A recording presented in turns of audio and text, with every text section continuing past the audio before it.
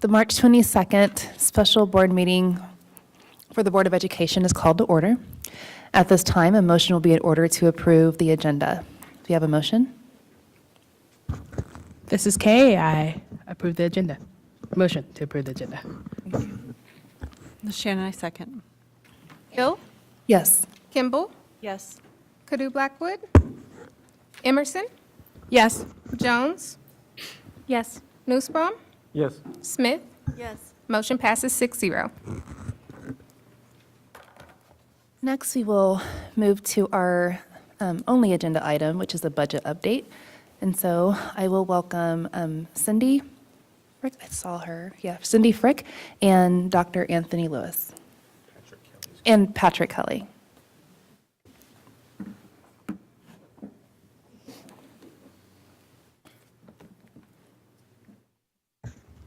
Good evening. I'm Patrick Kelly, Chief Academic Officer. And we're going to start our discussion this evening by going over a little bit of what your charge was to us. You charged building and district administration to create a prioritized list of recommendations to go as deep as we thought we could go, to give you options. That list was provided to you on March 11th, and then we said we would meet again, and that is the meeting here for you to ask questions about specific items on that list. Cindy Frick, our Executive Director of Finance, is going to walk you through sort of the finance side of it, and then Dr. Zach Conrad, our Executive Director of Data and Technology, will walk you through a little bit of more about the process that we went through to get you that list, and then we'll have the list available to you and open it up for your discussion or questions about specific items on that list. So I'm going to turn it over to Cindy. Thank you, Patrick. Just as a reminder, we all know that the budget shortfall is 3.2 to 3.85 million. Just an update on the KSDE audit. They have been on site for the last 2 weeks conducting the audit, and now we are clearing exceptions, and I don't have an estimated time for the results of that audit status. We also have a couple increases to talk about. I believe these were reported in the fall. Increase in property and liability insurance package. At that time, we were estimating 80,000. There was a range provided to us of 10 to 15%. The closer things get on that, it's sounding like we'll be more on the high side. So 120,000 increase there. Also in utilities, we're expecting an increase of around 300,000. And so adding those into the budget shortfall projection brings us to about 3.6 to almost 4.3 million. Also, when we're looking at budgetary items for next year, just a reminder, the 1% increase to each of the salary pools is approximately a total of 825,000. Any questions on the financial piece?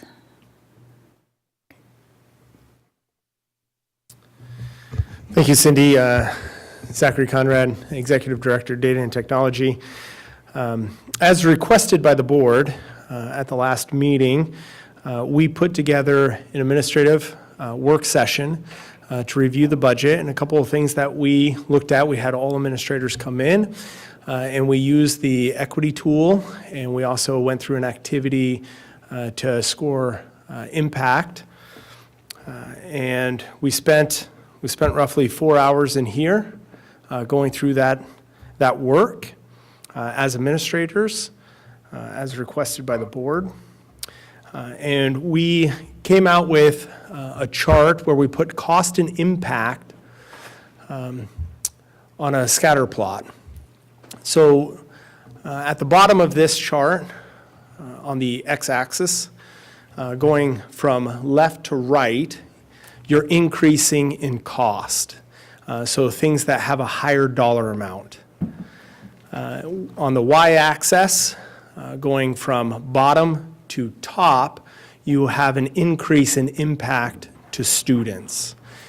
And so if you look at quadrant 1, it says direct impact with high cost associated with it.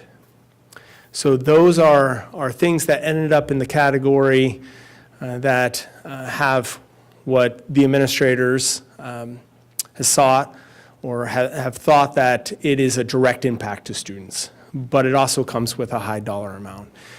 This is really, I think, what we would anticipate, that as we spend more money, it impacts more students. And then I'm going to go around. Here's quadrant 2, direct impact with a low cost. These tend to be more efficient.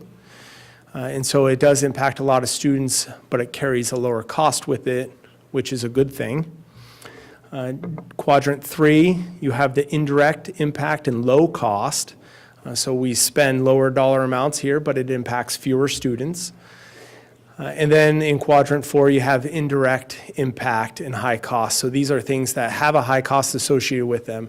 And so we organized it this way so then we could then prioritize the list that we are submitting to you tonight as a recommendation. So this is the process that we engaged in that was requested by the board to get that feedback from administrators so that we could then prioritize based on impact and cost. And this is just a graphical representation of that process.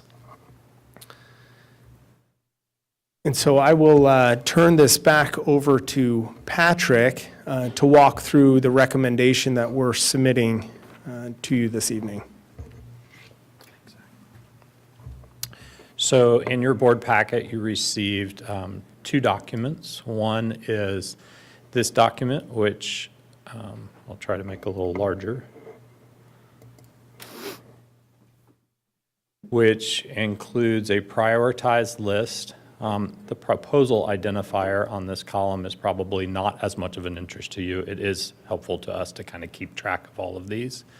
But it is prioritized by those that impact students the least to those who impact students the most. There is a running total that runs down the right side.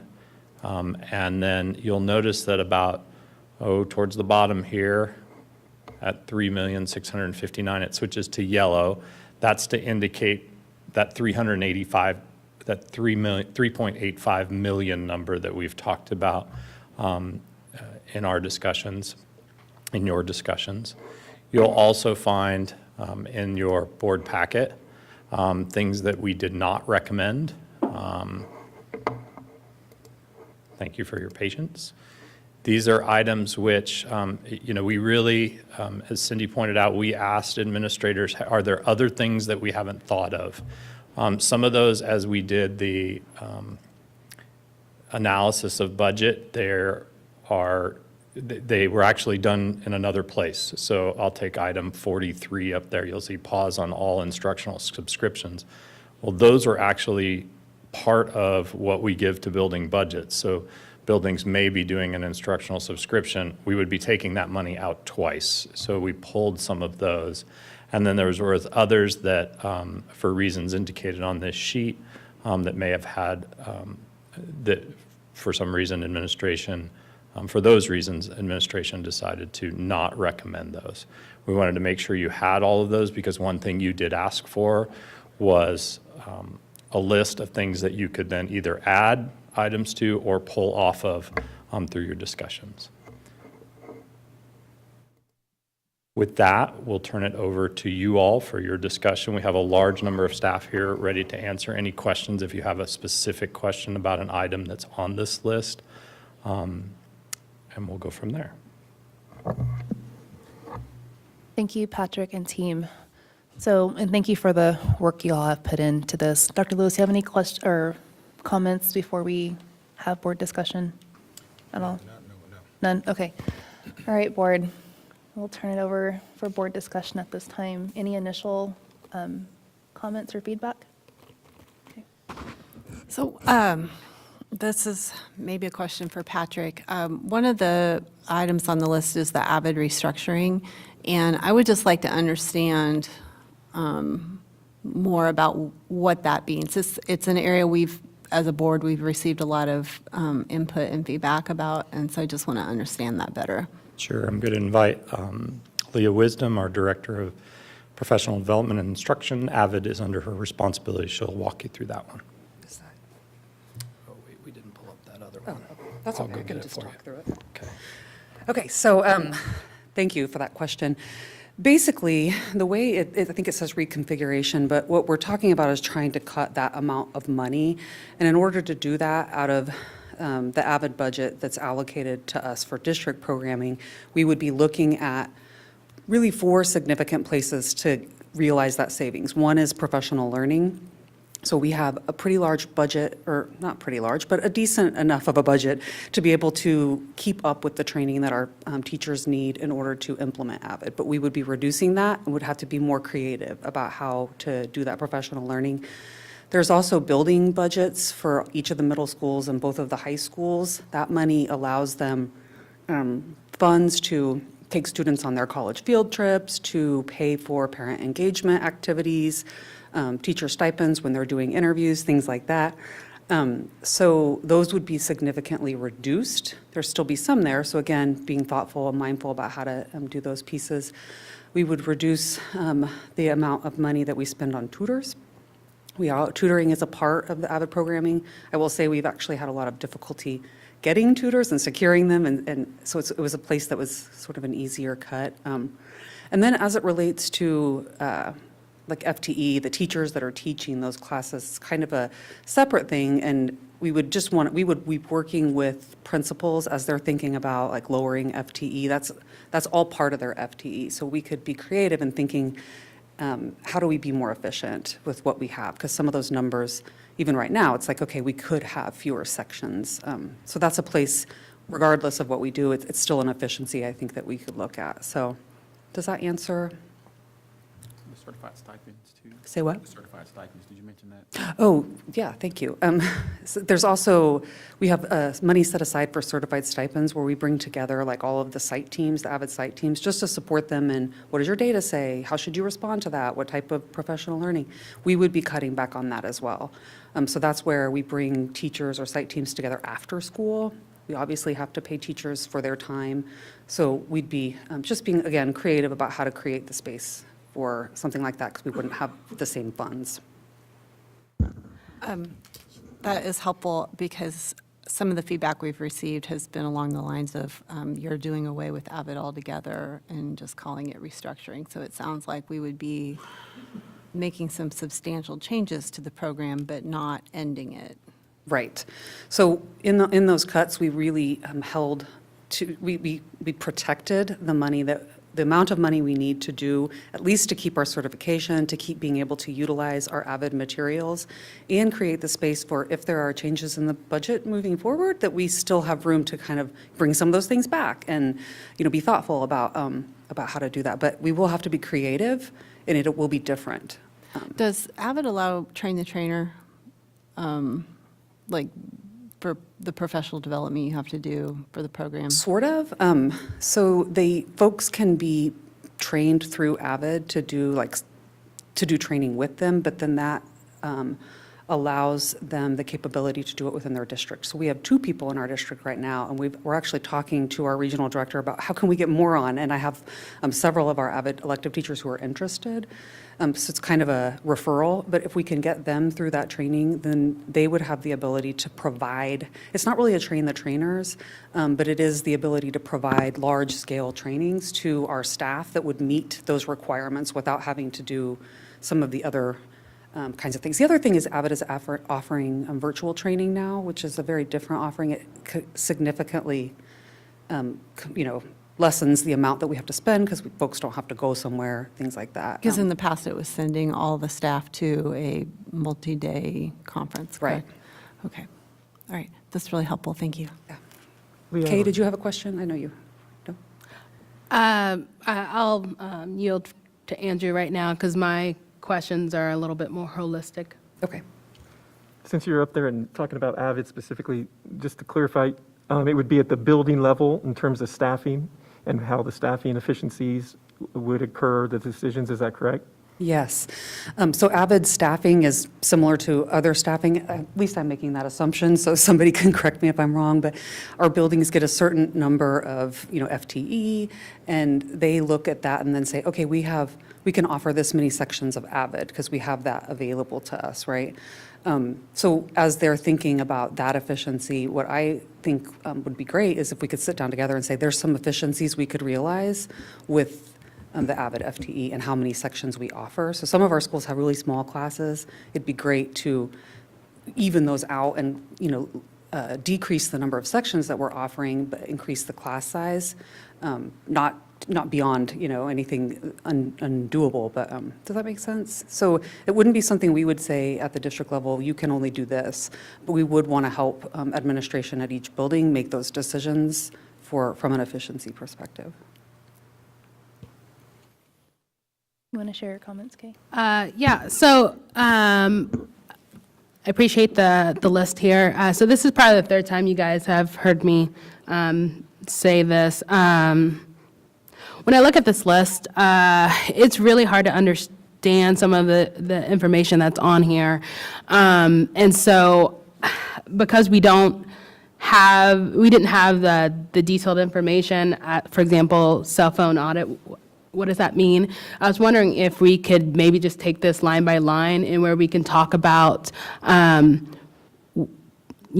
what is when you're talking about the description, please explain the description. Can we go ahead and get some clarification of the impact to the students and the impact to the staff? Last time we were here, we talked about how there can be some domino effects on if you move something else. For example, we know that there's a library restructuring, but there has been conversation about there being additional plan time need if we are looking at transitioning to this combination, multi-age, however we're thinking about doing this, there's going to be additional plan time that teachers would need to prepare for that, which impacts how we would restructure library staffing. So, for me, as one of 7, I'm looking at this list. Yeah, I appreciate the list, but there's so much information that's not here. So I'm just wondering if we can take this more line by line opposed to picking at it. Yeah, I don't think I'll say this. We engaged in that process. We did what the board asked us to do in terms of giving this list. We looked at these from an equity standpoint. So I would ask, is there a question in particular you have about either one of these? We're prepared to answer those questions, but we wanted the board. I'm okay with going line by line if you want me to do that, so. Yeah. I mean, I don't want to waste the board's time. We wanted the board to spend time on, getting clarification on some of these, but if you want to go line by line, it's going to take a while. We were trying to we did that work, so I asked the board that you trust us to do that work, to give you this prioritized list. This is Andrew. I would agree with Kay, and there's a lot of questions I have on almost all of them. So I guess we could bounce around, or we could go 1 through 23. I would appreciate understanding more, because a lot of them, there's a lot of questions to make sense of what they actually mean for students and staff in the district. Yeah, and that was also the purpose of sending this March 11th, to get those questions so we can be prepared. But like I said, if you want to go line by line, we can do that. And I would say, just Dr. Lewis, on that, on March 11th, when we got this list, I sent my questions, and they're the same questions that I'm asking today. So it's not a surprise. Well, ask your questions, Kate. You have some comments, Kelly? No? Okay. So let's pause for a moment. As a board, do we want administration to go line by line throughout this entire list, given the work that they've put in and the fact that it was sent out beforehand, or do we want to ask specific questions? I just want to get some consensus around that, just so we're all on the same page before moving forward. Oh, So I'll just speak up. I actually do not feel the need to go through this line by line. I understand that maybe some of these things are, I have my own list of things that I needed some clarification about, and I asked one of my questions. The other question I have has to do with the library media reorganization. I just want to understand what that looks like a little bit better. But beyond that, we've talked about a lot of these things in a lot of detail a lot of times. So I know I'm just one person, but that's where I'm at. I don't feel the need to go through. Does anyone feel strongly that we need to go line by line? Besides Kay and Andrew? Well, this is Carol. I would feel better going about this, but because there is an issue with transparency, so I think that we would owe it to our constituents to, go line by line. I will push back on the narrative about the lack of transparency on that. So there does not seem to be consensus that it's necessary to go line by line. So let's continue in the way that we're operating, which is asking questions on a specific line item. And that was my question as well, Shannon, was the library media reorganization and what that looks like to student impact, but also to staffing support to teachers and what the impact of that will be. I think, and my clarification to my question would be, the 75% cut is in the not recommended list. So I just wanted to have a little more information about what the recommended cuts look like. Sure. So I'm asked Denise Johnson, because there were some specific questions around, we've already heard tonight, around planning time. And Denise takes care of the schedule for our specials teachers at the elementary school, so she has a really good understanding of that time. And maybe she could speak first about the elementary side of it and what might happen there. Yeah, absolutely. Good evening. I do want to also kind of address what you said, Shannon. I think originally in the document, it talked about a 75% reduction in library media, and that when we got together, according to the administrative group that worked, that did not pass. But a restructuring of library media is what did pass upon the group, and I'll kind of go back to that. But let me address, because Kay, you were asking about specials. I'm currently in a negotiated agreement right now. There's 255 minutes that elementary receives for their planned time. And during that art, music, PE rotation, we do what's called kind of an ABC, 45 minutes each day, 30 minutes on Wednesday in order to get that plan. We can't accomplish that with just art, music, and PE. We do need to add library into the mix for like an extra plan time. So that addresses a little bit of your question about what the plan time, but I think I need a little bit more clarity. Can you ask another follow-up with that? Yeah, I'm going to continue to just ask questions as we have talked about it. So we have elementary no school closures applying ratio shift third to K2 to 25 to 30. So I guess I'm wanting some more clarification about what that actually looks like, how that would be implemented, and because there are concerns about how teachers would be able to handle the additional learning that they would have to do in preparation for a classroom size. So that would be, we'll start there. That would be my first question. Okay, I think we're talking about library. It sounds like you're moving on to another proposal, is that right? And so I appreciate the clarity. I think they kind of go hand in hand from my understanding, because, but I don't know. So so that would be helpful to understand that. And I think as of right now, the negotiated agreement says 255, so we would need to go back into that if we felt like we needed to increase plan time. Currently, that's what we're working off of, is that amount of time. Does that help? It does help, and so that kind of leads to that. So essentially, right now, if it was not renegotiated, that elementary no school closure, so proposal 23 would be realized within that 250 hours that's currently negotiated? Yeah, 255 minutes Okay. per week, yeah. We would need to figure out to how to make it work within that time constraint right now. Okay. I'll So, go- So is the thought then that we would be doing more reconfiguration at the secondary level than at the elementary level because of the plan time issue? and I'm going to say it was looked at as a K-12 package for library media specialists, as well as the library media assistants, or the LMAs. And I'm just going to go back to the documents that were done by the administrative team. They did comment that this would be an impact upon students. As everything you're going to hear tonight, right, is going to have some sort of impact upon our kids.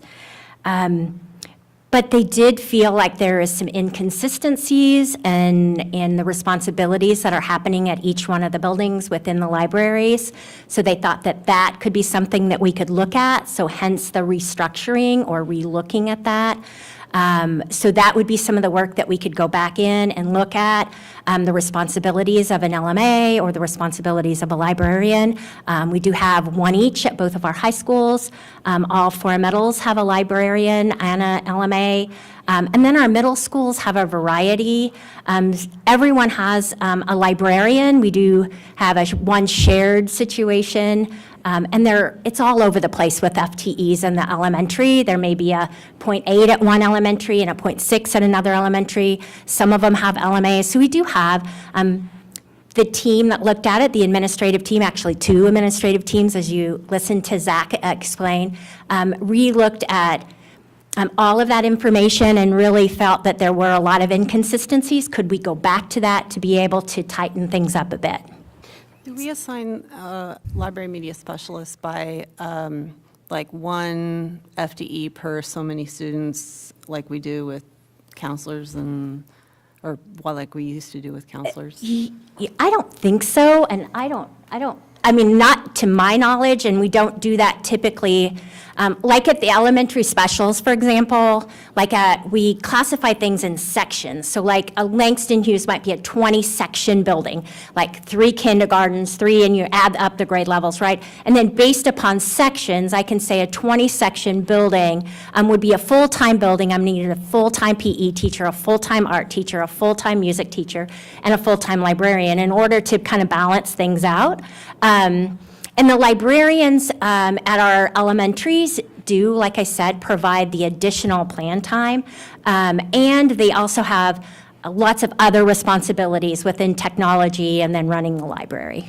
That's kind of what I was trying to ask, what you just answered. So appreciate that. Thank you. Sure. On that, I'm trying to understand this reorganization of library media of $605,000. From what I heard, you guys are looking at kind of reshifting those tasks that those individuals may have. And I'm assuming that this means that we're reducing FTE in here, because that's what we had looked at prior to. So I just want some clarity on that. And I know one of the concerns is, is this both librarians and library assistants across K through 12? So if that would be my question. Yeah. You're right, Kay. Unfortunately, in order to get 600,000, we'd have to reduce FTE with our librarians. How that's going to look just yet, I think that's where it would come into restructuring, looking at what the responsibilities are for each one of the librarians at all the different levels, and then what a library assistant could possibly provide, and could a library assistant provide some of the same responsibilities that a librarian does. A librarian, as you know, is a certified staff member, so that's why in an elementary setting that an LMA could not provide that as a plan time. It would have to be a certified staff member. And right now, we don't quite know exactly what that would look like until we've made the decision, and then we would figure out what that looks like. Is that what I understand? I think there had been some things shared within your packets of some things that you could probably look at for that, but I do think we need to go back and And again, I think part of this is HR, looking at, do we have some retirements? Do we have some other things that are happening as we look at what restructuring could possibly be? And I ask these questions because, again, my concerns are not necessarily the transparency, it's just the clarity on what exactly we're doing, what exactly decisions are we making as we're going into this. And so that's why I'm asking these types of questions, just to clarify. I appreciate that, Kay. I'd like to open the floor up for anyone else that'd like to provide. Yes, Kelly? Just for going back to this question about what each of these descriptions mean, I appreciate the work that the administration does. I can also see on balance, maybe a bit more description of each of these underneath those would have been helpful just in terms of what we provide to the public, but moving away from that, where you see the word restructuring, we've had a lot of questions about what that means in general across the list that we have here. Restructuring typically equals FTE. So one of the things that we've talked about with our unions is looking at minimizing the number of, or eliminating at all, the loss of jobs for our current employees. So where we see the word restructuring, part of the exercise would be looking at endorsements, certifications, and working with our union leaderships and HR and administrators to determine where we would reallocate those positions should people be interested in continuing to retain their employment with USD 497, which we would hope would be the case. So when you see the word restructuring, that might mean a reduction of FTE, but it might not mean it for that particular line item, but it does not mean that people lose their jobs. Can you clarify that and how we would know that before we voted moving forward? So Kelly, I appreciate you bringing that up, and there's that desire to have clarity, like who is it, where is it, what school is this happening? But we have a negotiated agreement on reduction in force that we have to follow. And so we don't know who's going to resign, retire, all those things yet. So it does make it a little bit tricky to provide some of that clarity that I think some folks probably hope for, to know what's it going to look like at my building. You're right, we do have to take into account licensure and seeing all the licensure that our staff members have and where those spots are. It does become tricky because sometimes where a teacher, you look at that last hired principal and looking at where that person is, and then who has the licensure as well in the district. And that's why you're seeing that word, you're right, restructuring in there. Thinking about the different responsibilities, when it comes to, Denise did a really nice job of sort of explaining, looking at the tasks and what they do. Could we look at using a library media assistant in that space, or does it require a certified teacher for that job? So I'm mostly saying back, yes, everything you said is correct, and that's, I didn't catch if there was a question in there that you were looking for. I'm actually looking, my question actually as a board member would be and I know this is difficult work to do because of the timeline of when we have to notify folks about their positions versus when they have to notify us. It would be helpful for me in my decision-making if we had some assurances that positions would be protected, and I think we can provide that based on the number of hires we do every year on average, that most people would be retaining employment at USD 497 when they look at this item and it says restructuring and they see themselves there. What is our guarantee to those individuals that a position would exist? Yeah, I don't want to make promises we can't keep on that one. Yeah, I don't think we can make a guarantee, similar to what we did with Kennedy. There's a process already in place for when there's resignations and retirements, and we'll seek to place those people based on their certification. So, I mean, we can't say that we're going to guarantee X number of people will have this, their positions, but through normal attrition, i.e. resignations and retirements, we believe we can place people in positions. So when we see the word, is it possible for the board to get the number of positions we're talking about where we see the words restructuring? And the estimated assurance that, does that make sense? That was a request from I'm worried about retention, to be quite frank. Yeah, and we now share your concern. Yeah. You know, anytime these discussions happen, we're going to lose staff. We lost one today. We talked at our last we talked at our last meeting that this is happening right now. And so I think we share that concern. I think some of the other decisions, as your fellow board member Kay Emerson pointed out, what you decide on the 25-30 ratio is going to impact some of these, as we move those things around, it's going to impact that. So I'm without our HR person, I'm a little tentative to say, yes, we can give you an exact number of what this will look like. I know that does, I can feel that probably doesn't feel very satisfying. You want very clear who is this and where, but it does, some of these cuts do depend on the decisions that you make.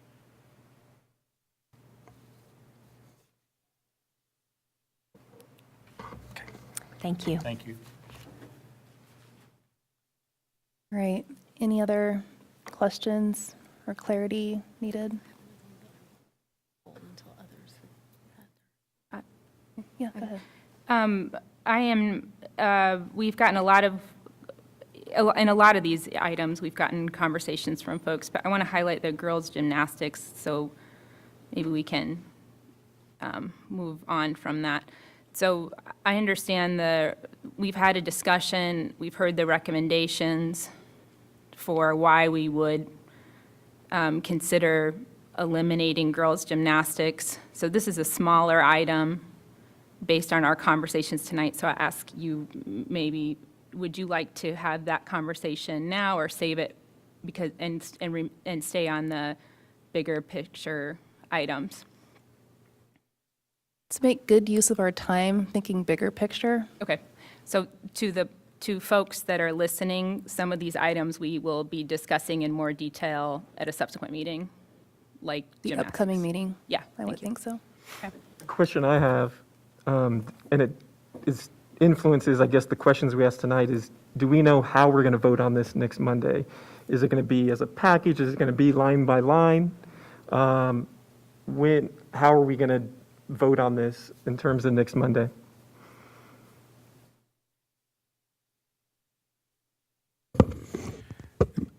So my thoughts would be a package, and the purpose of tonight was to get any clarity as it relates to any of this, any questions that you would have, and if there's any information that you'll need prior to Monday's vote, we could get that information to you. So that would be the thought, is to vote on it as a prioritized package. But the question I asked earlier about additional information, am I clear and understand that that's not going to be provided? Yeah, like I said, if you have any questions, that's why we wanted to allot a tremendous amount of time tonight to get questions from board members before the vote. And that was the purpose, again, of this work session. So I'd like to clarify then and redirect. So with that in mind, Yeah. you probably should. So did we get the analysis on Title IX as it relates to girls' sports? Yeah, Greg Goheen, not our attorney, but the attorney that's doing the Title IX report, sending me an email at 4 a.m. this morning with some preliminary numbers. He was just looking at part one of the three-part test of the Title IX compliance. He's now wanting spring sport numbers, which spring sports just began, a week or so ago. So we're going to get him those numbers probably tomorrow. Okay, I'll just put out there, I'm not interested in a package that includes girls' gymnastics, and I would like to have a conversation about clubs. How do we continue to make those? I understand why those are there, but how would those things continue? So my first question is about girls' gymnastics. I'm concerned about the impact that has not only locally on our athletes, but also at a state level, what happens to that sport if we pull out? And then, so that's one question. And then the question around the clubs, is there a way to offset that? Because it's a small dollar amount, so I'm trying to think through how we could avoid those cuts, which can have pretty big impacts on retaining, students' interest and engagement and education in our schools. I just kind of wonder on that, Kelly. These are a list, and so we could, in my mind, we can easily say that, no, not on those. And so that would essentially be what, $40,000 that we wouldn't be adding to whatever savings that we'd have. And since we would, if we consensively thought that was, small droplets in the bucket, then that's that in my mind. I think it's as simple as that. And let me be clear, when Andrew asked the question earlier about, are we going to vote on this in one package? It's not an all or nothing. And so we have a worksheet that we're prepared to show that if we take this off, what is our cost? So we're expecting for the board to say or direct, no, take this off, but still you'll be able to see that running total on the side in terms of where we are. So with that in mind, does anyone want to provide additional information or rationale for why we would hit clubs at $30,000, the number of students that are engaged in that, or?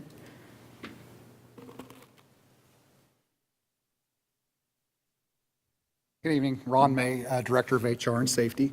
So that came out of the subcommittee that I led. The subcommittee that I had did athletics activities and some of those kinds of things. The recommendation actually came from the idea that, so we have a lot of clubs at the high schools.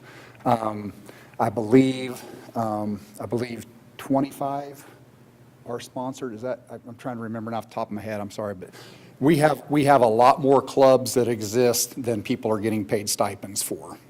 Okay, so the idea there was that we could cut back some of those. The clubs would probably remain. People would, because like you said, it isn't a lot of money. I think the stipend is actually $350. And we were trying to find ways so that it wasn't, at the time we were doing things, it was just mostly athletics. And so we were looking at how do we balance things out with other activities and things like that so that everybody, it's not all coming from one pot. We knew that it wasn't a lot of money. We knew that it might not be something that was palatable, but we wanted to present that as a potential.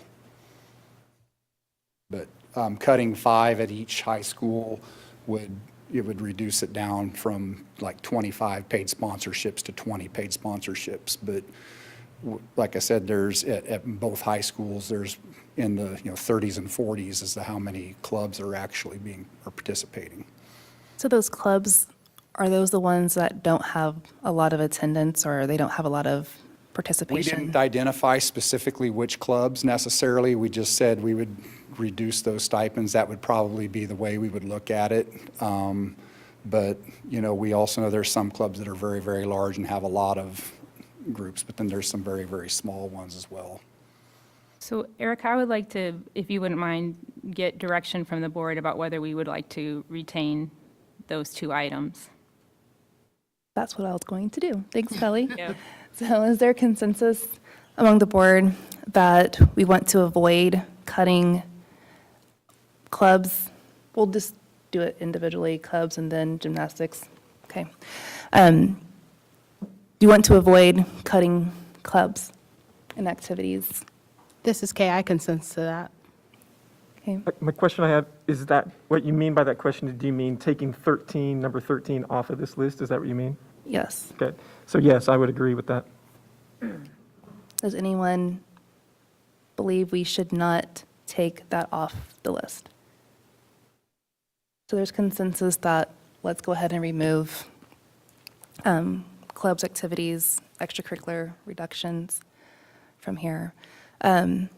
Gymnastics.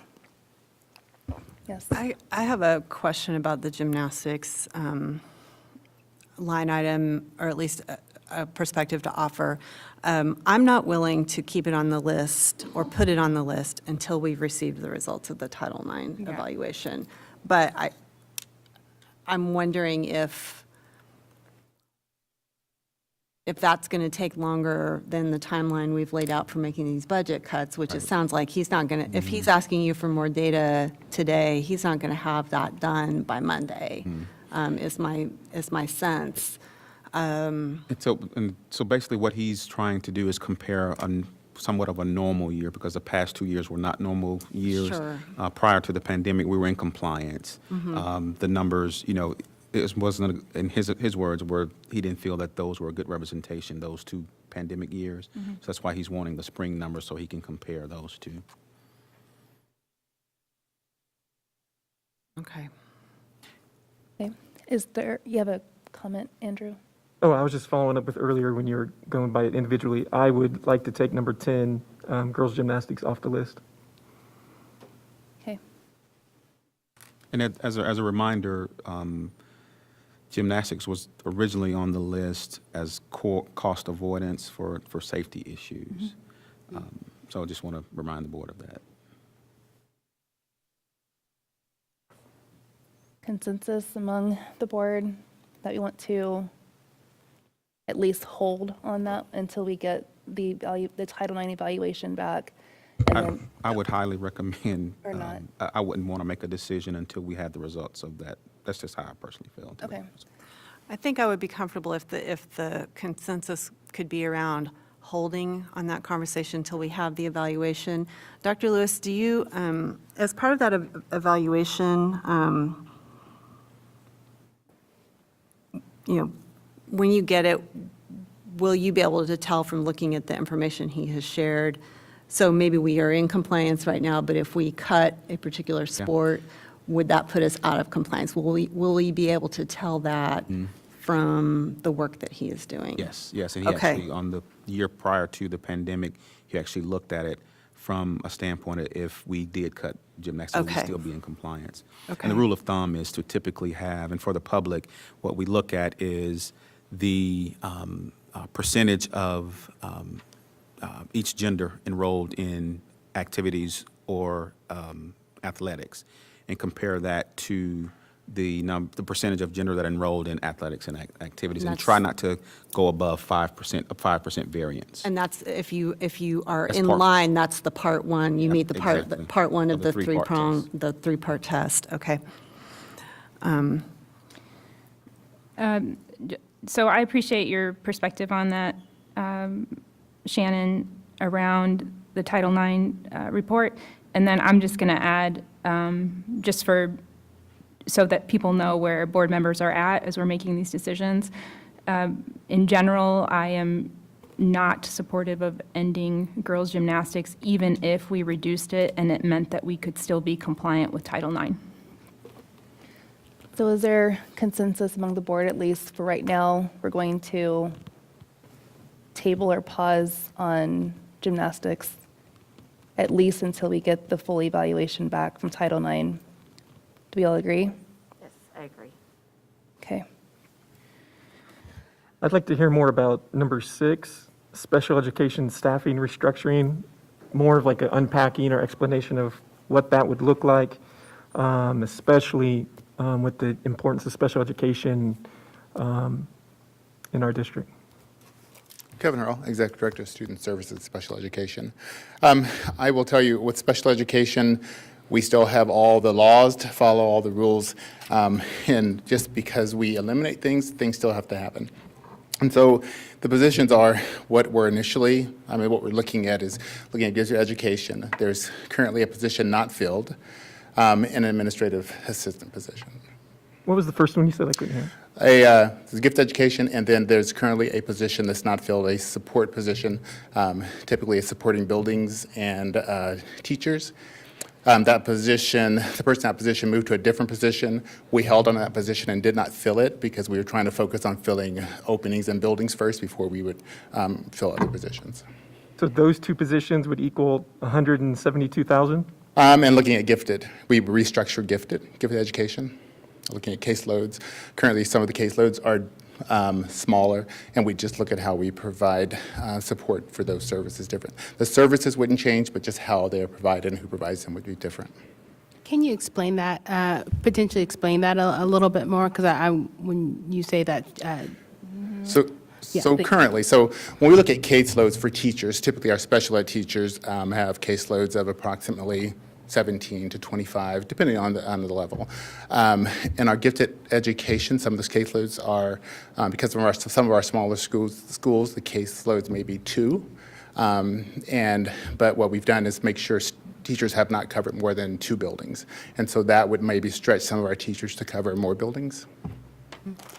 and then, like you had talked about, is like, the work still has to be done even if you're reducing staff. And so I'm kind of curious about how you guys are, operating.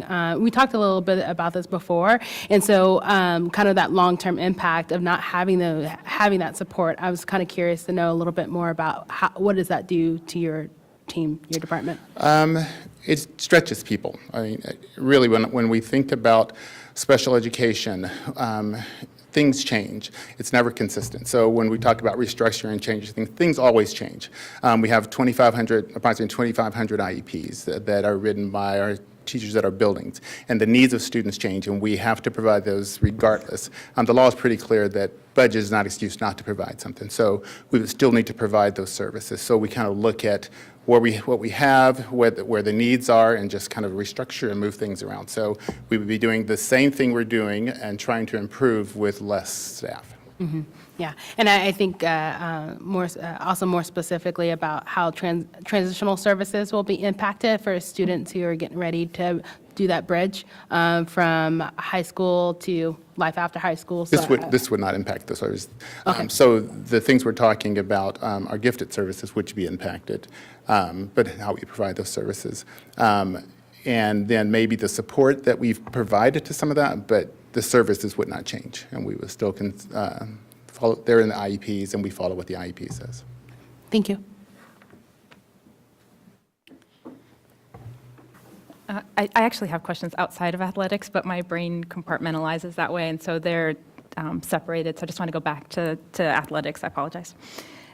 Where we have the athletic reductions, and it says staffing or stipend, but no program elimination. Can you tell me what would that mean? Like, would it just mean, is it similar to what we're talking about with gifted, that you would have coaches with higher? I'm not sure I understand how we would do that. I can envision a caseload being higher for a teacher. I'm trying to understand how you reduce those. Well, it depends on which specific line you're talking about. So, Okay, so where it says high school athletic reductions is line 11, staff and stipend, no program, and where it says the same thing for middle schools is line 16. Okay. So on the middle school one, where you see the cheerleading, the boys and girls basketball, those were actually placeholder positions that we didn't fill. Those were unfilled positions. So we're eliminating that budget. Now, what we may have done is we may have taken those and, if there was, sometimes you'll have a large amount of kids come out for track and we need to hire an extra assistant. That budget might have come from there at some point, but those positions, middle school wise, were unfilled. So they do not affect or impact a program or a person in the immediate. At the high school level, again, so that was one of those, it was a little tricky because we did not identify specific sports, and we did talk about FTEs because there tends to be fluctuations from year to year. One year you may have a bunch of you may have 40 boys out for basketball, and the next year you may have 20 boys. So what we're saying is, we would assign those ADs a pool of an FTE, so to speak, of coaches that they can fill with. And so when you have that down year in one of those sports, you're not going to have that C team possibly, so you don't need that extra coach there. So we're not specifically saying take it from girls softball or from boys tennis or anything like that. We're just saying each year, this is the number of coaches you have to work with and your budget for it. Okay, great, thank you. So that creates an additional question for me, Ron, which is, how what mechanisms are in place to ensure that when those decisions are being made at the building level, that they're also being made in compliance with Title IX? Okay. Because I Sure. could see how it would be real easy to assign all the extra coaches to the football team in the fall. Sure. When you have 120 kids go out for football, and then you get to spring and say, sorry, we don't have an extra coach for girls golf because Right. Sure. we use that position. So we don't have a published ratio, but we do kind of follow some ratios that, we've always, like football, for example, in the years that I've overseen those programs, I don't anymore, but I had hands in this, we were always been in about a 10 to 11 to 1 ratio at football. We feel very comfortable with that ratio. So we do look at some of those with track. We look at some ratios there because those tend to, I think Free State just hit me up because they're going to have 200 and some kids out for track. So, things fluctuate like that. So by eliminating a coach and eliminating a lower level team, you're not breaking the program or taking a program away. You're just meeting the needs of what they have there. If you've got 20 kids out for basketball, you don't have enough kids to sport 4 teams. You might not even have enough for 3 teams, depending on if you have enough freshmen. So, it could be that that's a freshman and JV and varsity situation, or we may be able to split off and have a C team group. I'm just kind of speaking off the cuff there, but yeah.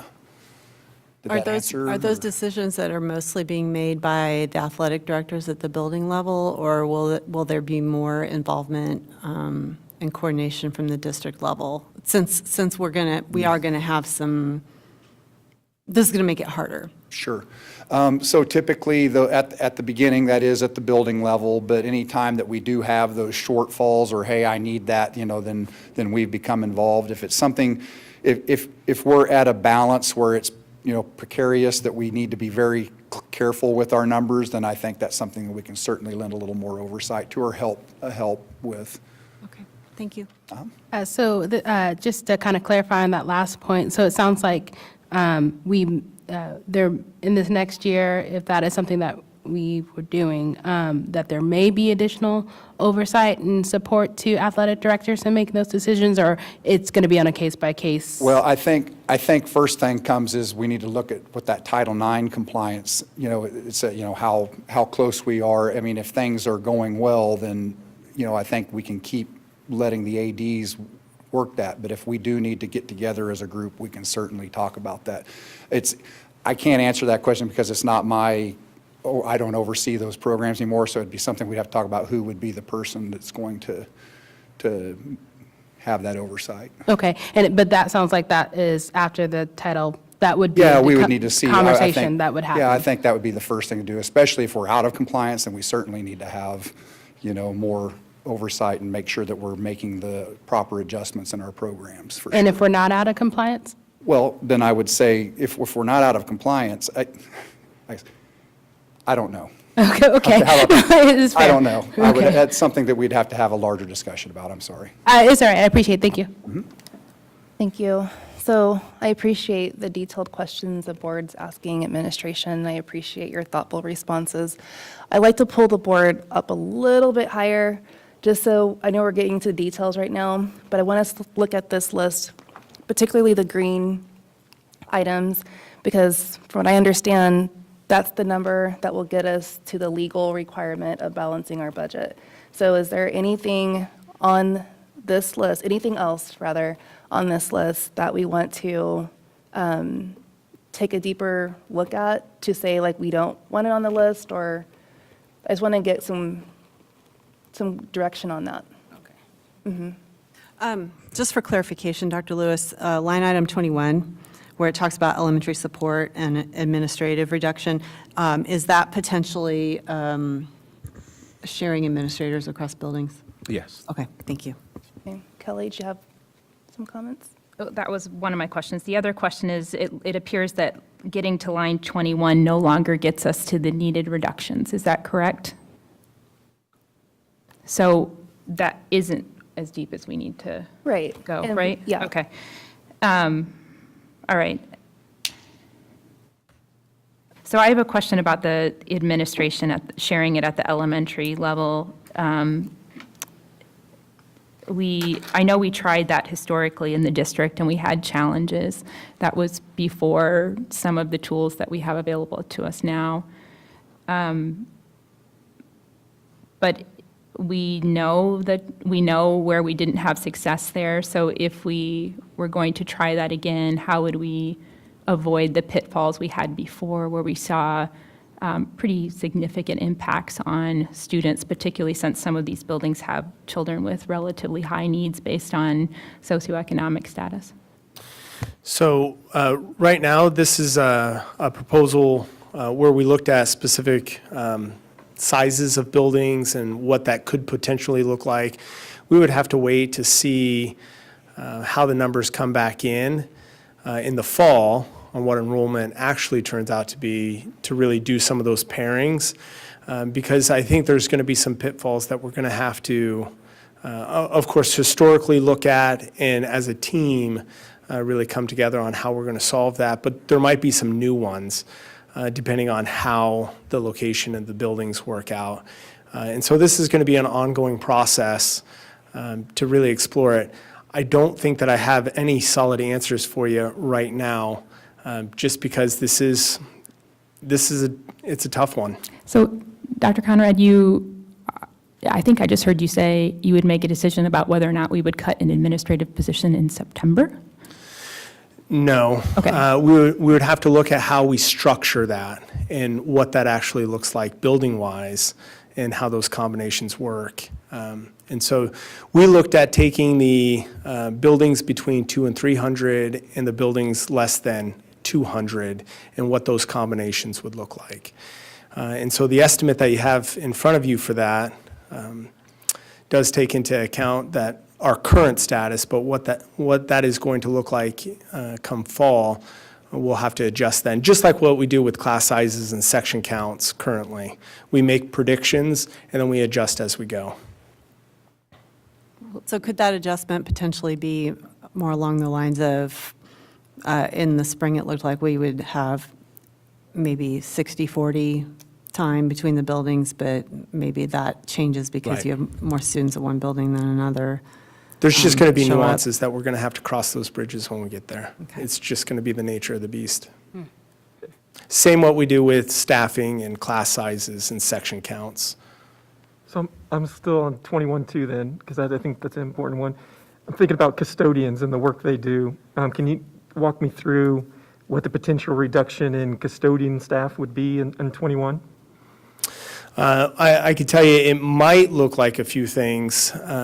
One being the night custodian and sharing staff. And so there's a couple different scenarios that we can walk down that path. But again, there's details here that we'll have to cross that bridge when we get there. Okay. I just want to be on record that I'm concerned about the custodian staff being reduced even more, consolidated even more, based on the buildings and what I've been hearing from staff.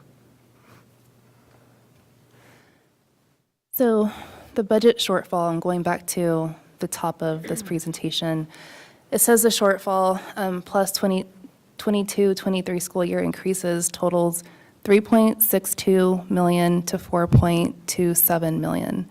And so looking back at the spreadsheet that has the itemized list with the green and the yellow, the green totals $3.65 million.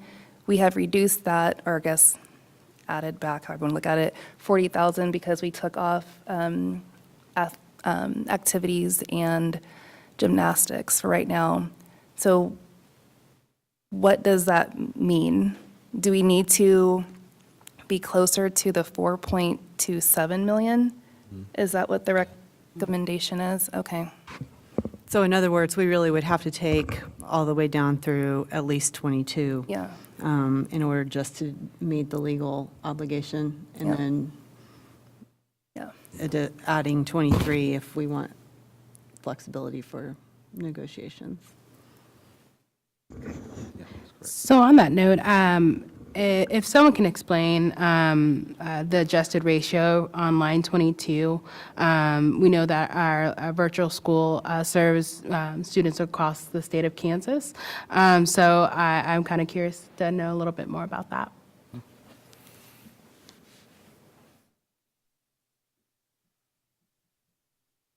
Again. So what we did was we took a look at the virtual school and we looked at numbers this year because it's hard for us to project what next year is. But when we looked at ratios and what we understand is, over the last couple years, the school did grow in enrollment over COVID. And then some of those numbers have dropped down, but the staffing has still stayed up. So what we were doing was we tried to basically adjust the ratios to be similar to what they look like in the buildings. So the elementary ratio we adjusted to 27-1, that falls between that 25 and 30. And then the high school, we adjusted it to 63-1, which is actually still a little low if you think about a full high school caseload. But we were just, so those numbers reflect 5.5 reduction in elementary and 5 reduction in secondary. That's basically what it is. And when you say 5.5 and 5, just to be clear, you mean FTE? Yes, FTE, sorry, yes, thank you. Thank you. That's,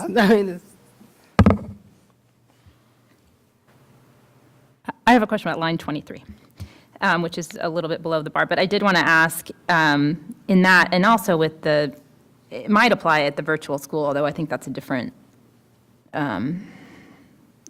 there's different classroom management and other approaches there that I think it's less of an impact. But where we see the ratio changes at the elementary level, is there an ability to build in, for example, para-education support in larger size classrooms so that savings would be a little bit less, but teachers would have some more support if their caseloads go up? And the similar question would go to if we decided to consolidate grades, which I'm not seeing and any further discussed in any of the materials that we've gotten.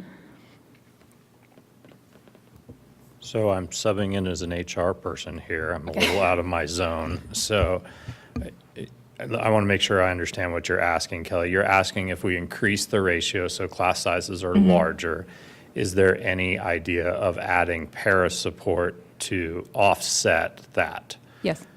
We certainly could look at that. Remember, it wouldn't be special education funded, right? It would be, but that would go against the total savings that you would have. Correct.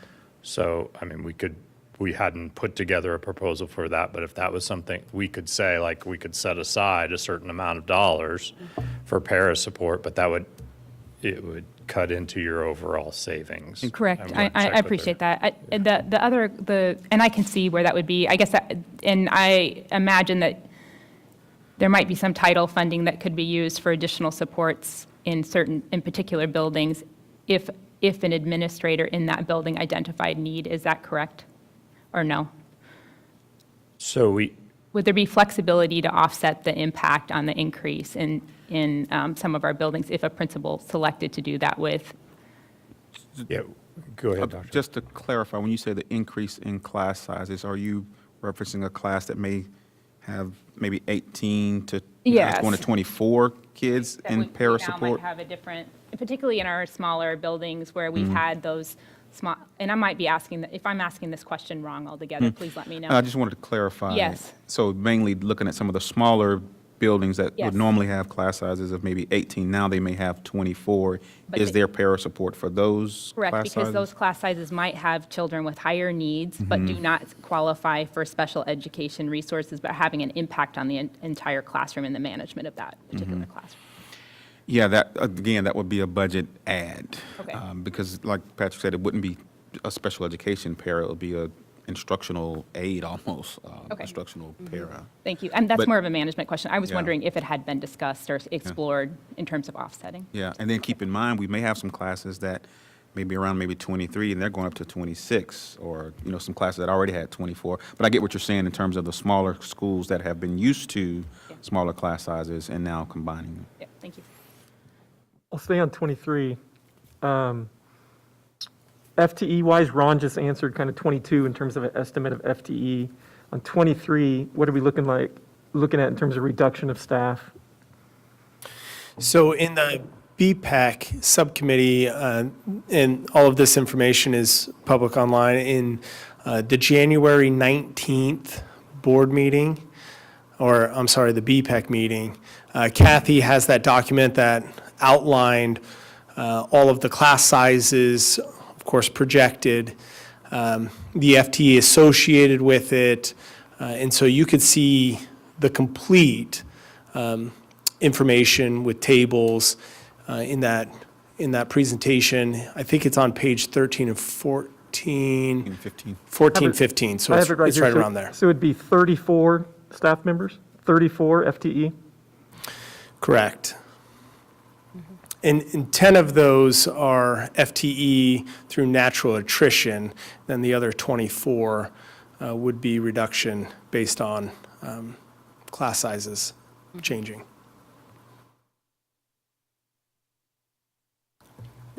And then just to add to that, again, and I'm just motivated to think about retention, the number of teachers that we hire every year, do we know that number?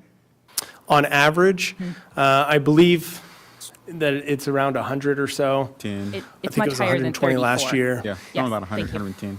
It is higher, yes. Okay. So essentially, it kind of sounds like it's less hiring, potentially. Could be. Yeah. Yep. And I also want to be clear on number 23, again, this came from BPAC. This would also present opportunities for some multi-aging in some classrooms, and so I want to be clear on that as well. And Dr. Lewis, we've had some questions that have came up about that, the multi-age. And so can you talk a little bit more about it so individuals know about it? Because I have heard you, but I'm hoping that maybe someone could provide more information about what that looks like in our district. Yeah, and as Leah comes with, as a reminder to the board and the community, typically we would provide staffing based on, if a school is a two-round school, or have 2 teachers at each grade level or 4 teachers at each grade level. In this model, we would look at the enrollment of the school and then apply the number of FTE to that school. And so, again, as I mentioned, that may be opportunities for some multi-aging. So basically what that may mean is you may have a 3rd and 4th grade split in a building, or 1st and 2nd grade split in a building. So 2 grade levels there. And Leah can kind of talk a little bit more about what that may look like. Yeah, so, pardon me. And I'm not sure if this was exactly your question, but just what would multi-aging look like? 'Cause Yeah. Yeah, I mean, it's certainly not something we've done in recent years. It has been practiced in a long time ago, if you will. But just in really thinking ahead and doing some research, we know there's actually a lot of opportunity and benefit in considering multi-age, just as we think about socialization and the opportunity for broader SEL opportunities, to think about how we approach our standards, especially at elementary as a continuum. So thinking about instruction in that way, being able to meet students where they are, which is essentially what our teachers are doing, where there is often a push or some resistance is, as you know, we have resources that are oftentimes grade specific, a 2nd grade ELA, teacher handbook, a 3rd grade ELA teacher handbook. And so we would have to be really focusing with our teachers on that standards first approach, and then how to use the resource to support that. I was actually kind of playing around with the standards earlier and looking at, like, our ELA standards, for example, are already set up vertically, so you can see the progression. So if I had, 2 grade levels there, I might be thinking, what does this look like to introduce this standard across the board? And looking at some models for multi-grade that are out there, they do some things that we can consider are like students still are with their grade level peers for specials like art, music, PE, and maybe even recess. A lot of times math is still done by grade level. And so there's ways to kind of play with the schedule to allow that to happen, but all those other content areas then allow for that spectrum on the standards, which I think is a great opportunity as we are standards-based and thinking about how to do that. But the sort of cons or those other sides. How do you utilize the resource effectively? What does that mean for a teacher? Because some teachers might be like jumping, in, like, I want to try this. This is amazing. I want to do this. We've had teachers in recent years who have looped, so they've had kids go with them, which is not the same, but you would have some kids who would stay with the same teacher, and they've really enjoyed that opportunity because it's significantly decreased what they have to do at the beginning of a year to build relationships and all those things.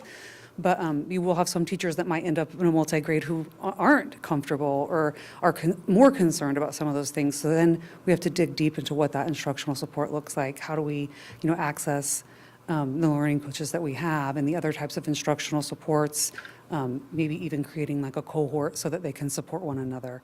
So I think those are important considerations, but I myself am just really seeing opportunity, but then being mindful and thoughtful about individuals, teachers who might be in that situation who would want and require more support. I really appreciate you talking about this because I also see the opportunities in this, but recognizing that there's this the need for choice, for families, and so I guess that would be kind of that next question is, from my understanding, buildings will get to decide, which model that they potentially would want to do. So I was hoping maybe someone can provide a little bit more information about that, so families can start thinking about some of that.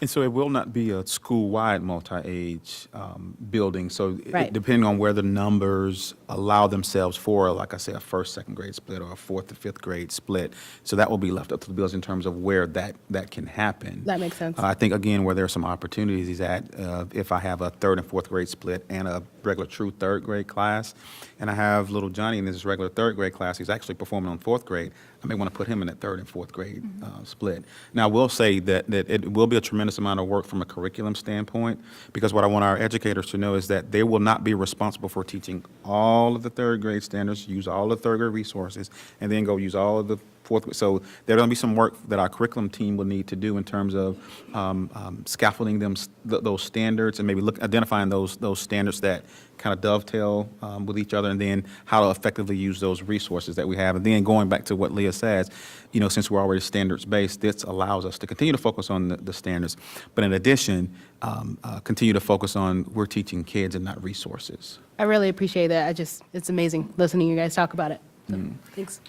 So I guess back to that question about the amount of savings from that item, that's kind of what I was I started to talk about that, and I mentioned it in terms of parent and class size, but also thinking about like I can appreciate why we changed the number of learning coaches we might reduce based on the support that buildings would need that are utilizing this as a new model. And then also, again, thinking about the professional development they might need or the para support. I was in a combined classroom, which I've said before, sorry, and we had an extra support in that building. That was part of how our district managed small class sizes, as you're mentioning, and there was support that you had to, so I'm just thinking about that number total. It might be that I would ask that, and you might have already done this work and I can't see it, but it's looking at, in that number, have you accounted for the professional development you might need, or the para support? It might not be para, whatever from a management perspective makes most sense, or staffing perspective makes most sense. When you gave us that number there, does that account for that, or is it just purely looking at the ratio? Yeah, from purely looking at the ratio. Okay, is it possible to consider that offset so that if a teacher was taking that on, so the savings wouldn't be as deep because we were accounting for the additional support they might need? I would say, and I will defer to the team and to you all, but it would maybe make sense to look at the offset for if we were to incorporate paraeducators into that space. I was imagining the plan as really tackling the professional learning and the PD and the support with the resources that we currently have. Okay. That does not to say it's going to be easy, but we could look at increasing that. I think that because we're in a budget savings conversation, that the most of those two things, maybe if you wanted to see what those numbers look like, that's something we could do and see if that made sense in terms of paraeducator support. I really agree with Kelly on this and being able to see some of, anything that we can do to support, or I would definitely be interested in something like that.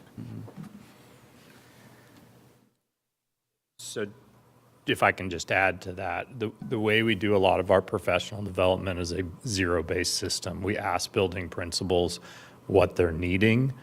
And so for those buildings that say, hey, I have a high level of this, they would probably request more professional development dollars in order to provide that. Leah's right, we do most of that probably with our current learning coaches. But if there were other needs beyond that, that they were saying, boy, we're going to need more professional development, we'd look at that. I'll remind you that there's a cut to our professional development budget also on your list. So, yeah. Okay, thank you. I want to circle back to my previous comments on the 4.27 million being what we're kind of looking at as of right now as what we need to get to.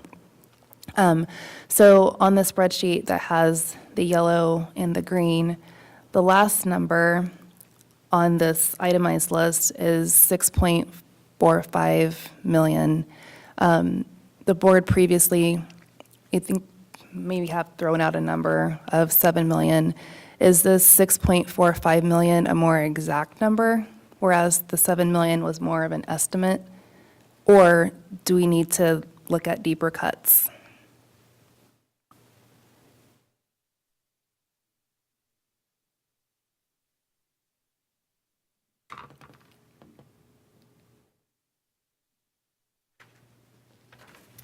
And so to get us out of the budget shortfall, we are looking at currently at the 4.27 million number.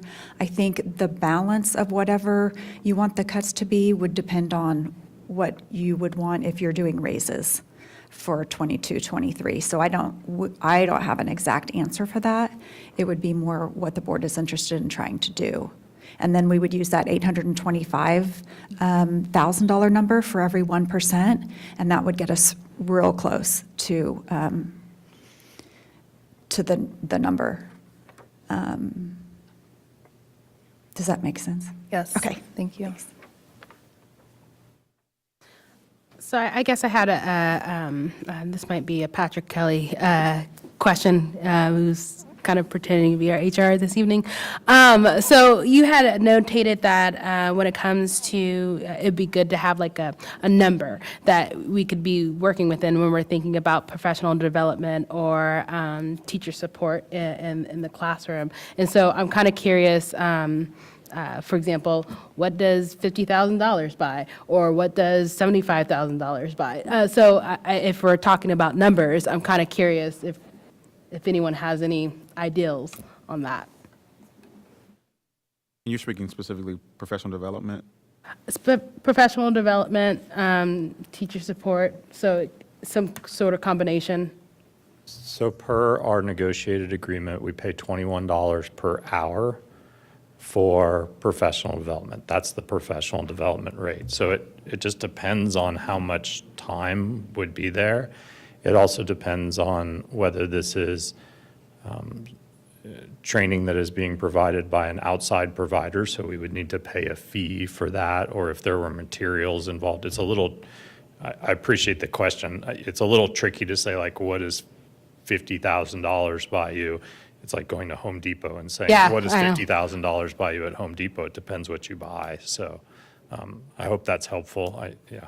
Yeah, I mean, it's kind of helpful. I just know earlier you're like, it would be better if we had like a number to work with. So I was just like, okay, here's a number.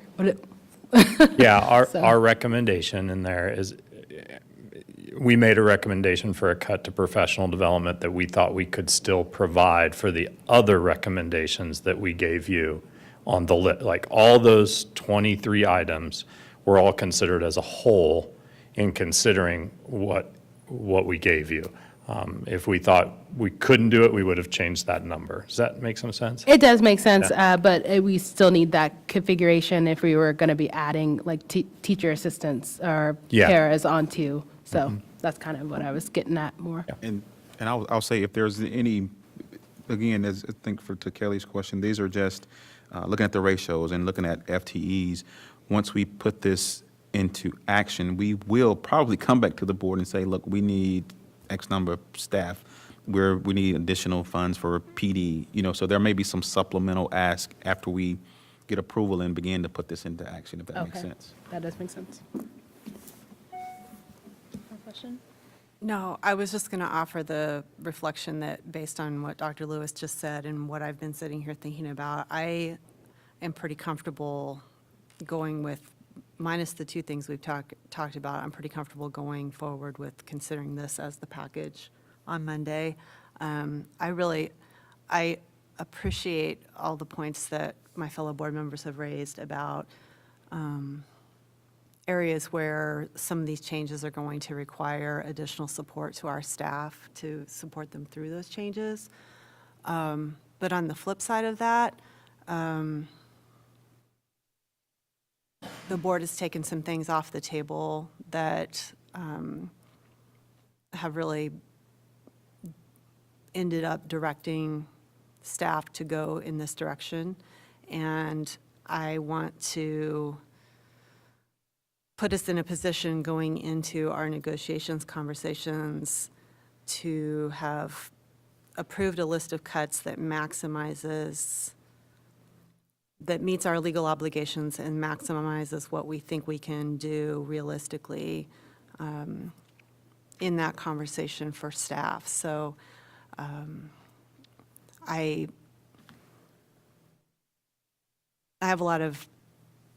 share a lot of the concerns that you've raised, Kelly and Kay and Andrew, in terms of supporting our staff through this. But I think that from what I am seeing, this is about the best case scenario that we could have come up with, given the parameters that we have to meet. So I appreciate all the work that has gone into this. Thank you to all of our administrators, everybody that's here, and also the building administrators who put their time into this. These are difficult discussions, and I just want you to know I value your work. Thank you. I appreciate your comments, Shannon. And I agree, this is challenging no matter how you look at it. I would say this seems as comprehensive as we can get at this point. I do have a little bit of heartburn around the reorganization of library media. Not to the point that I want to have like a deep discussion about it. It's just more of it's a consideration when we talk about support to staff and the level of support that they currently provide and what they even could provide above and beyond. I do have a little concern about that, but any other discussion? I would just echo that. I share that concern. It would probably want to hear a little bit more about that next Monday. That's for me, that's the stand. All of these are hard to swallow. I do want to understand more about the impact that has. And I know we'll hear from the community, but I really would like to hear more from administration on that point. I agree with you. It's concerning. Let's have that conversation now. Can we speak to the reorganization of library media?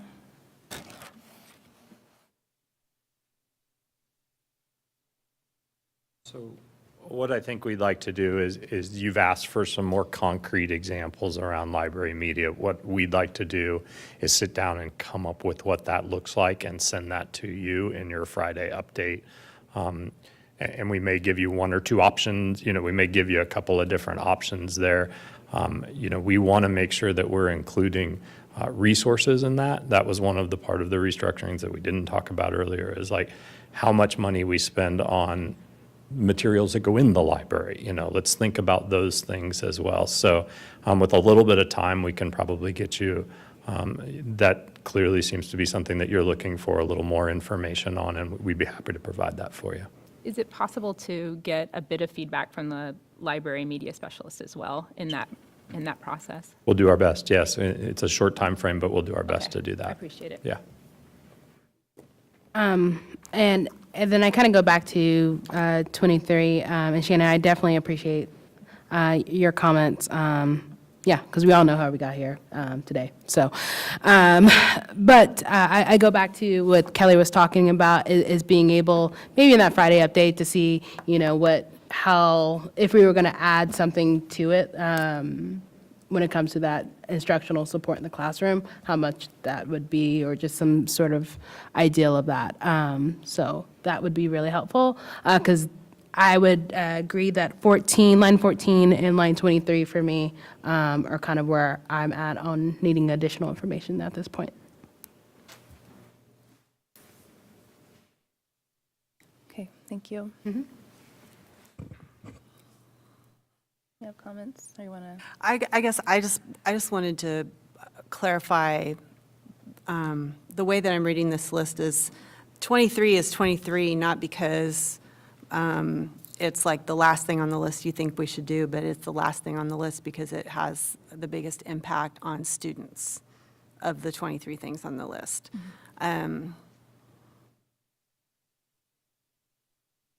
I look at this list and I think that if it wasn't prioritized that way, 23 might actually be the first thing on the list because of the dollar amount that we're talking about for making that move. So I guess I just wanted to clarify that that's why it's number 23. It's the impact on students. Okay, thank you. Appreciate you raising that, Shannon. All right, board, this is your time to ask questions because come Monday, we have to make a decision. So let's use as much time as we need. This is Carol, but I would like a little more, for Monday, I would like a little more clarification on line item number 9, reduce all building budgets by 15%. I would like a little more information on what that would look like. And line 18, which is reduce all building budgets. We Okay, yeah, can sorry. answer that. We can get you some of that information tonight. Okay, sorry, yeah. Yeah, if you notice, whenever you ask a question, someone pops up, we've already Okay. identified those individuals too. Hi, Cindy Frick. The reduction of building budgets, originally, there was a BPEC proposal to cut the high school building budget by 15%. During that process, or after that BPEC process, I think there was a question of why would we do that to one building but not the others. Anyway, and so the building budgets by 15% would include, they have an allocation for a regular building budget, and then also some specifics for music, art, et cetera. So it would be a cut to all the building budgets except transportation and extra duty. Those are two district budgets that we basically lend to them for the school year to do their activity trips and their field trips and whatnot, and we take the balance back at the end of the year. So we wouldn't be impeding any activities by the way of reducing their transportation budget. And the extra duty functions in the same way. They would use it as needed for, if they need to do some supervision, they could pay extra duty for that, or something at the activities themselves where we need helpers.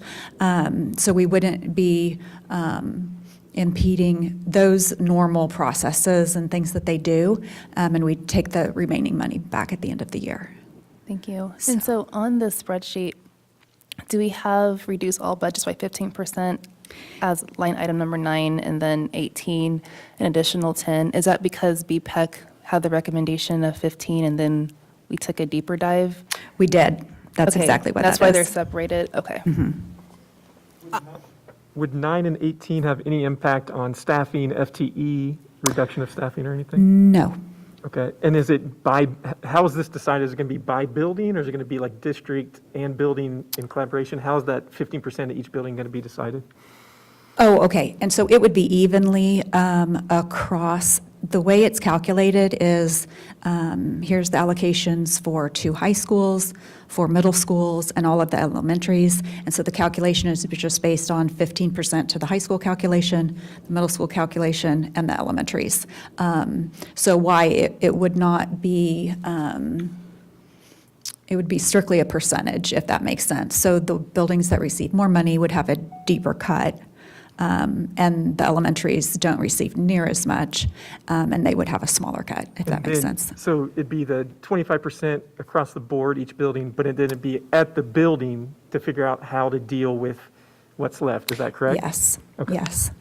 And I think this might be helpful for the public and also for Yes. our newer board members. Can you just give us a few examples of what are the things that buildings pay for out of their building budgets? Sure.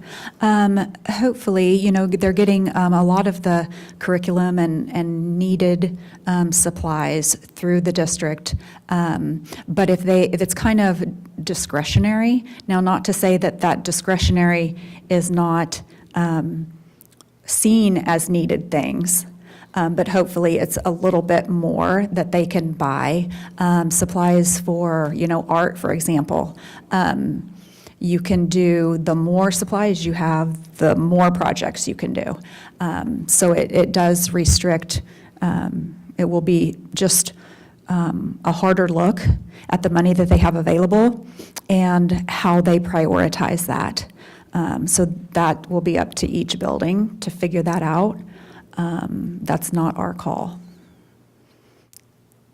So you gave an example of like art supplies. What are other examples of building budget costs? Typically, it would be like supplemental things for a classroom, like maybe the science projects, curriculum might handle some of the projects, but the little things that can be added on and done, throughout the semester, they would have more budget to, buy those items that they needed.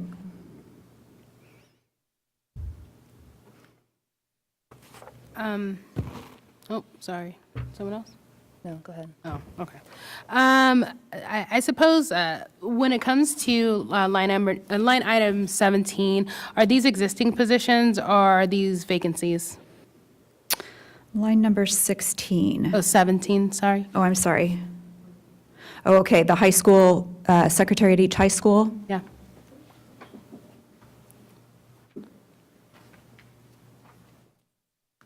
Good evening to the board. Cynthia Johnson, Executive Director of Inclusion, Engagement, and Belonging. These are existing positions. Each high school, and I wrote them down to make sure I would not mess up what we have here. Each high school has an administrative assistant, receptionist, attendance secretary, finance secretary, student service secretary, counseling secretary, and athletic secretary. So there would be a reduction of 1 FTE at each high school. Okay. So that might not look like a reduction, an elimination of a position. You might say, okay, we're going to have 0.8 or 0.75 for 3 or 4 positions to make up the 1 FTE. Right now, the way we have it posed, I appreciate what you've offered there. The way that it was posed from our BPEC committee, I served on that committee, it was a full FTE A full reduction. cut, get rid of one whole position Yes. and redistribute the responsibilities? Yes. Okay, thank you. I have a question about number 8, high school reduced staffing by 4 district-wide, and number 20, high school reduced staffing by additional 6.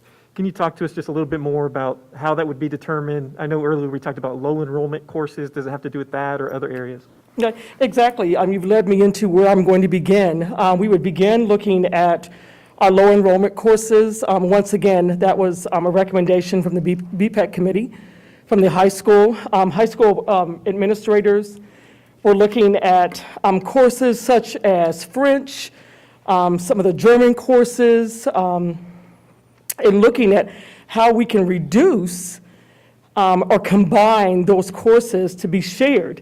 Our district now is equipped with multiple resources regarding technology to be able to use some of that technology, excuse me, to be able to share across 2 schools. So that's how the reduction, how each school would look at those reductions. And it would be based up on course requests, which schools are going through right now. High schools, that information has been uploaded. So looking at those course requests and looking at those numbers would make a determination as to which particular course that we'd be looking at.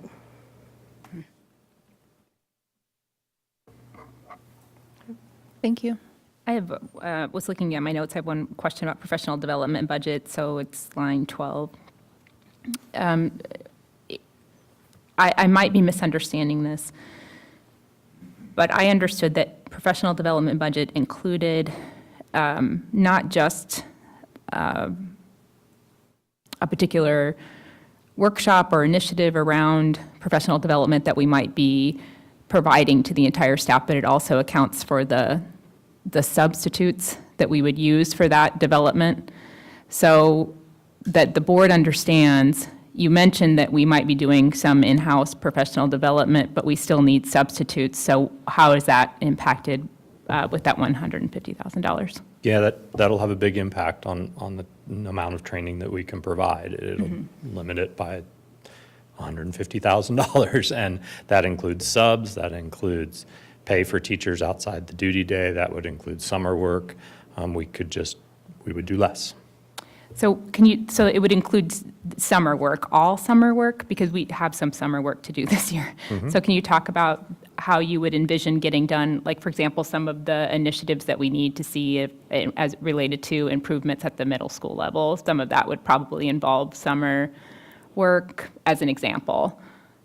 Would that not, a lot of the committees we have that happen over the summer, were those stopped? Those would not meet. Yeah, I mean, we would just have to prioritize all the professional development that we do. We come up with a year-long professional development plan.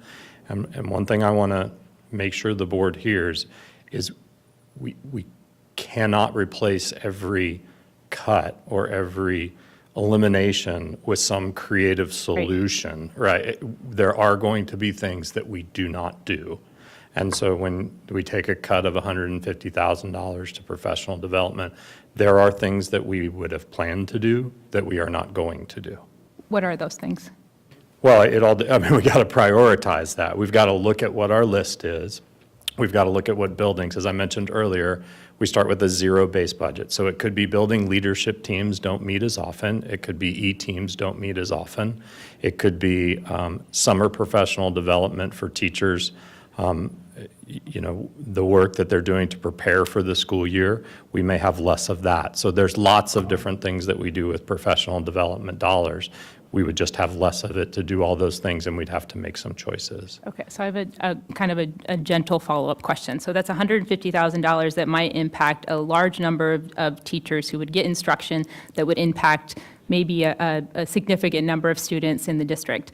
$150,000 is approximately the amount of money for one administrative position. And I mean this gently because I understand who I'm talking to. When you had those conversations around making those types of cuts and using PD as an example versus the elimination of an additional administrative position, that's a tough calculation to make because I understand that those single administrators also impact many, many, many children.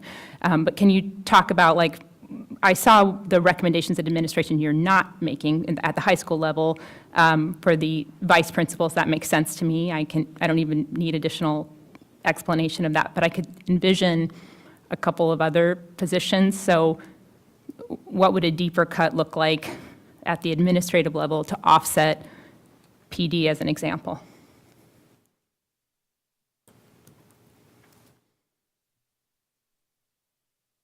So we provided you some non-recommended cuts that you could certainly take advantage of. I mean, this is our recommendation to you. If you want to go deeper in some areas, you certainly could do that. I mean, I'm not quite sure what you're asking me. That's the best answer you can give me, Patrick. The question is challenging to ask you, and it's challenging to ask at this table, and I don't want to be asking it. I wish we were not in this position. But some of these cuts that we're looking at, I know are going to have a huge impact, and as we're making decisions about them, I'm trying to understand on balance, how does that, if we ask for additional cuts in particular areas that we're not seeing. So I see what you're not recommending, that makes sense to me. But is there, if we pushed a little bit further, what that might look like? That's what I'm wondering. And you don't have to answer it right now. I'm just putting out there that particular line item concerns me when I look at some of the initiatives like Montessori or the combined classrooms, or what happens when we offset some of the challenges we're seeing from these cuts. I trust you, the work that you've done. I also am sitting with this question around the line item 7.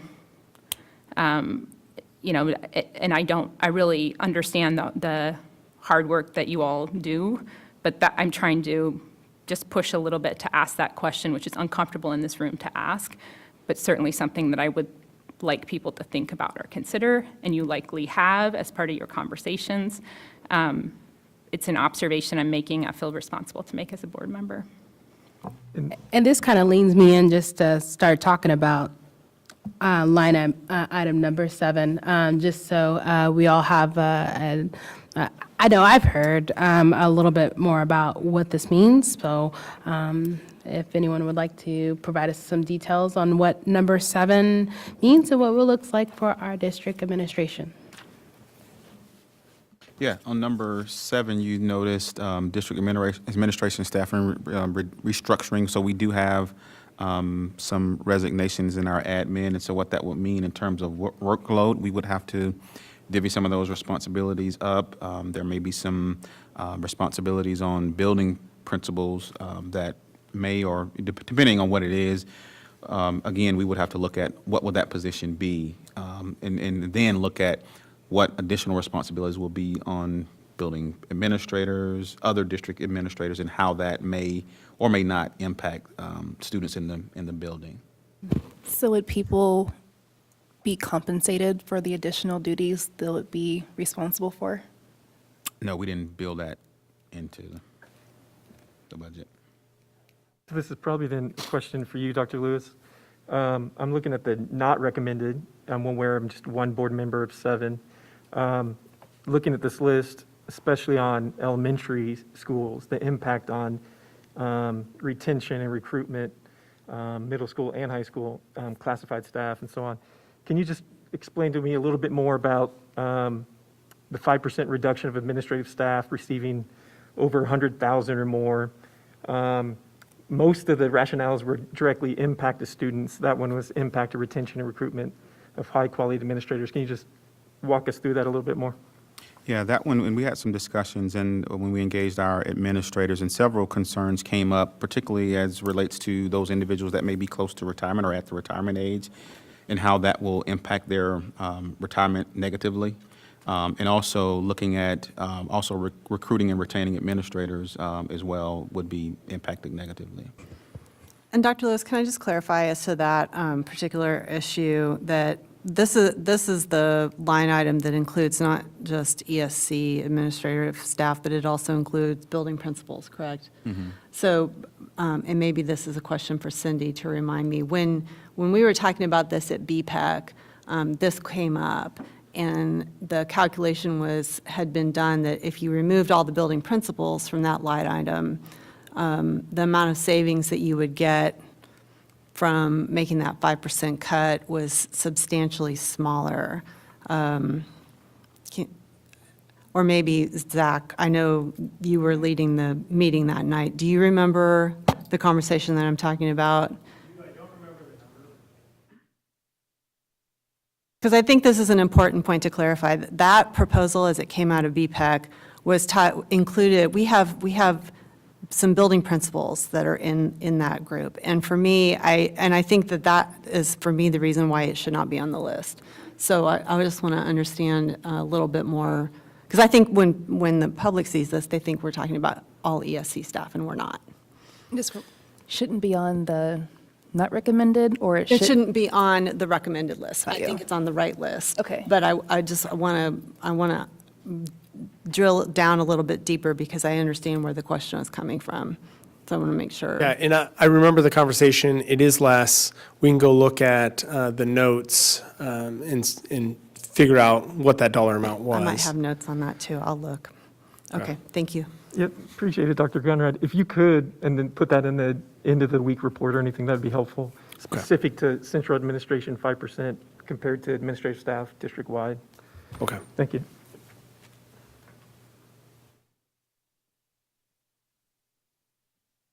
Is there anything else the board needs more information on, more clarity on? Because again, we need to make a decision on Monday. And we can't send administration back with a long list of questions because we didn't ask them today. Okay. Okay, so I'll ask two more questions. Number one, number two, so what is a cell phone audit, and does this mean that we're not getting any additional first aid kits? Like, can someone just explain that? That'd be great. Yes, Larry, Dr. Engelbrick can explain that.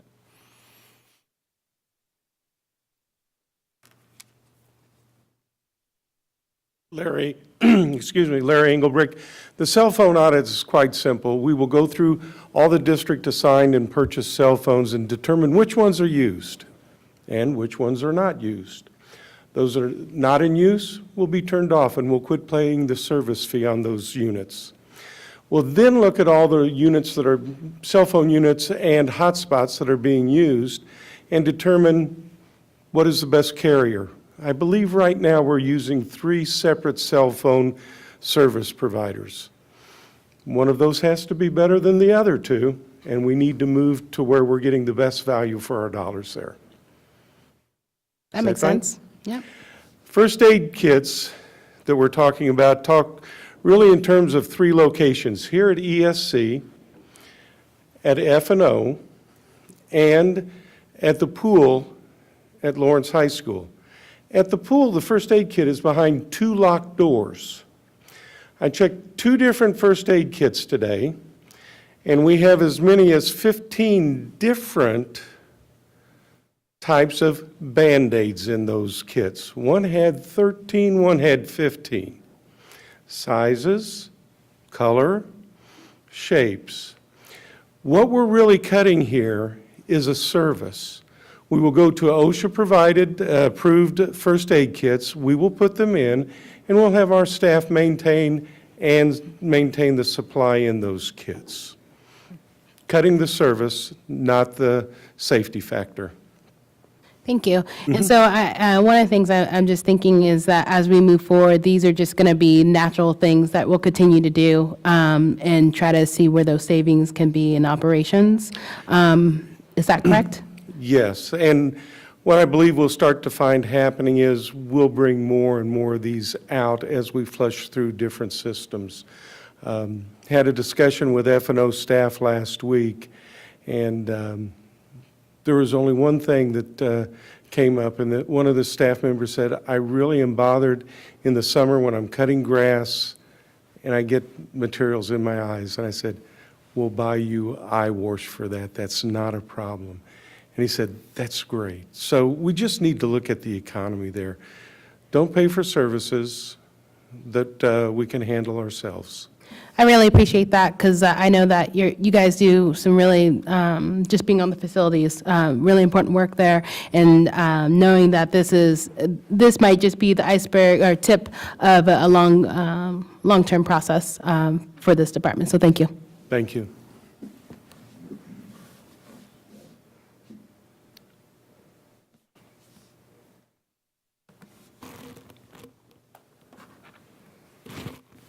Any other questions? Nope, we've covered all but 2. Okay. All right. If there's no other questions, are we confident that we've asked the right questions to leadership so we're able to make a decision on Monday?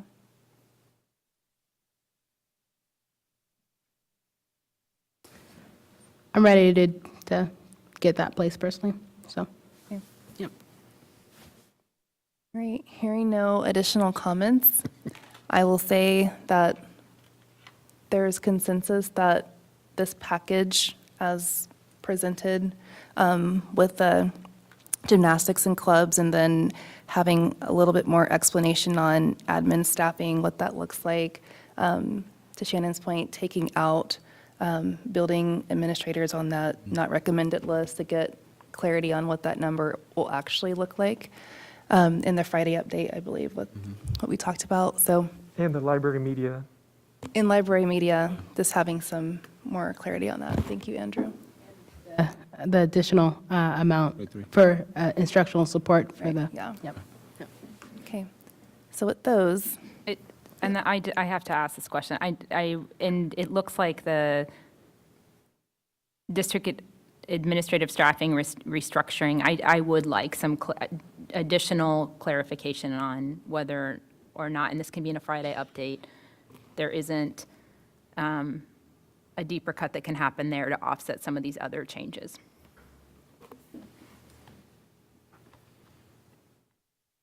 okay. Again, any other questions? None? Okay. Well, thank the board. I like to thank the board for such a thoughtful conversation and discussion. I appreciate your questions and the level of detail and thoughtfulness that you put into asking questions and to administration, to being so organized. I saw everyone popping up depending on which line items. I really appreciate the effort that went into making this a streamlined process and all the background work you've done to bring us this very concise proposal. So much appreciation for that. Okay. You have any announcements? It's not on the agenda, but. Not any announcements, just some final comments. I too appreciate the board for sharing concerns this evening. I appreciate the team, and as you can see, as I mentioned early, we were prepared to address any questions that you may have as you saw people popping up, and wanted to be able to allow the board to really go deep into some of these proposals. In addition, give us additional questions to bring back to you potentially on Monday. We too are concerned about these cuts. Nobody wants to make these cuts. I told the foundation earlier that we don't like any of these cuts, but we are here, where we are. And if you really think about it, and this goes for the board, administration, this entire community, coming up with close to $7 million is very difficult, right? We have come a long way from the initial conversations, and around school closure and where will we find the money. And I think we're here at a pivotal point, although it's not an exciting point, but we're at a pivotal point where we have some proposals that we think we can make happen, to get to these the cuts.